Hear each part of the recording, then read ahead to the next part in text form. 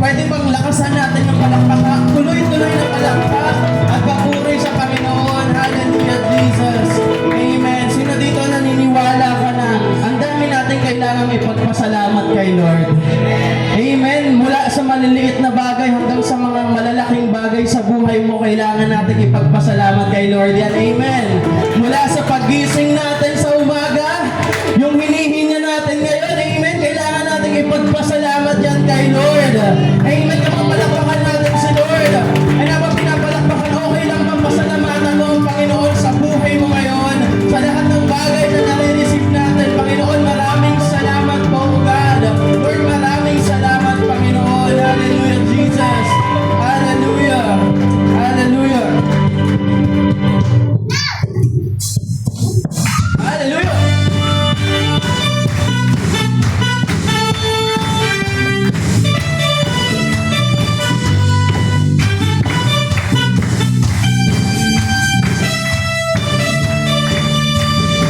Kung aking mamasdan ang kalawakan, hindi maunawaan ang iyong dahilan kung bakit ako hinilimot inalagaan.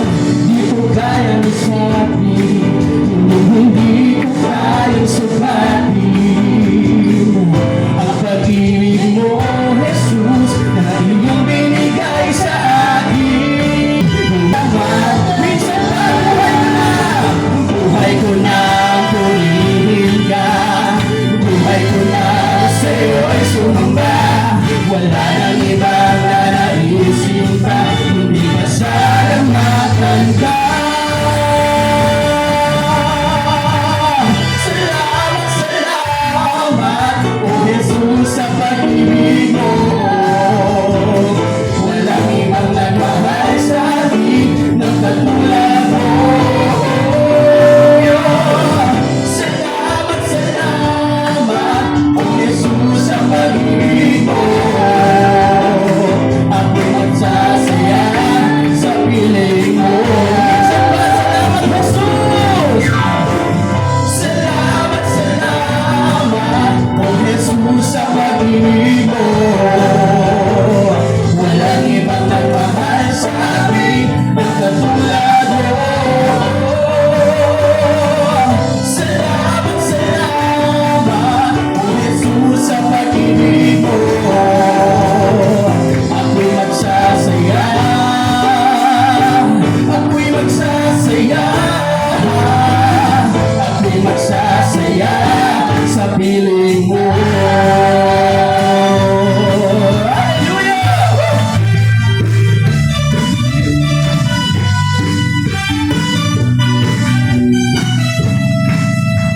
Amen! Hallelujah! Salamat po, Diyos! Sa kabutihan mo naman, pasalamatan natin ang buhay na Diyos. Pasalamatan natin ang Panginoong Jesus sa umagang ito. Maraming salamat po, God. Hallelujah, Jesus. Amen and amen. Hallelujah. Come on, patuloy nating damhin ang presensya ng Panginoon sa umagang ito. Hallelujah. Kung yung puso mo ngayon ay nag-uumapang sa saya at pasasalamat sa Panginoon, okay lang bang itaas mo yung kamay mo sa umagang ito? And for a moment, let us just thank God. Pasalamatan natin ng Panginoon para sa isang buong linggo na dumaan na hindi niya tayo pinabayaan mula sa kalusugan, sa financial, sa mental, sa spiritual na aspeto ng mga buhay natin. Even sa mga struggles. Hallelujah. Last Friday po, napaka-ganda ng mensahe na ibinahagi sa amin ng Panginoon. Dahil nire-remind tayo ng Panginoon mula sa word na yon, that even yung mga struggles natin, it is something na dapat natin ipagpasalamat sa Panginoon. Because those struggles, hindi siya meant para saktan, o para durugin tayo, o para biguin tayo ng Panginoon. But those struggles, those will give us endurance, kalakasan. Hallelujah. Thank you, Jesus. Come on, pasalamatan natin ang Panginoon. Buong puso kami nagpapasalamat sa iyo, Panginoon, sa umagang ito. Dahil sa kabila ng aming mga pagkukulang, sa kabila ng aming mga kahinaan, hindi man sapat yung mga ginagawa namin para sa iyo, patuloy pa rin ang pag-ibig mo, Jesus. Patuloy pa rin ang pag-ibig mo, Panginoon. Hallelujah. Come on, hindi tayo magmamadali sa umagang ito. Gusto kang katagpuin ng Diyos sa umagang ito. Hallelujah. Holy Spirit, move in this place. We welcome you in this place, Holy Spirit. Holy Spirit, we welcome you in this place. Hallelujah. Hallelujah. Come on, buksan mo ang bibig mo sa umagang ito. Just welcome the presence of the Holy Spirit. Just feel the presence of the Lord. Hallelujah, Panginoon. Nakataas ang aming mga kamay, Panginoon, upang magpuri, upang itaas ang pangalan mo. Hallelujah. Hallelujah. Hallelujah, Jesus.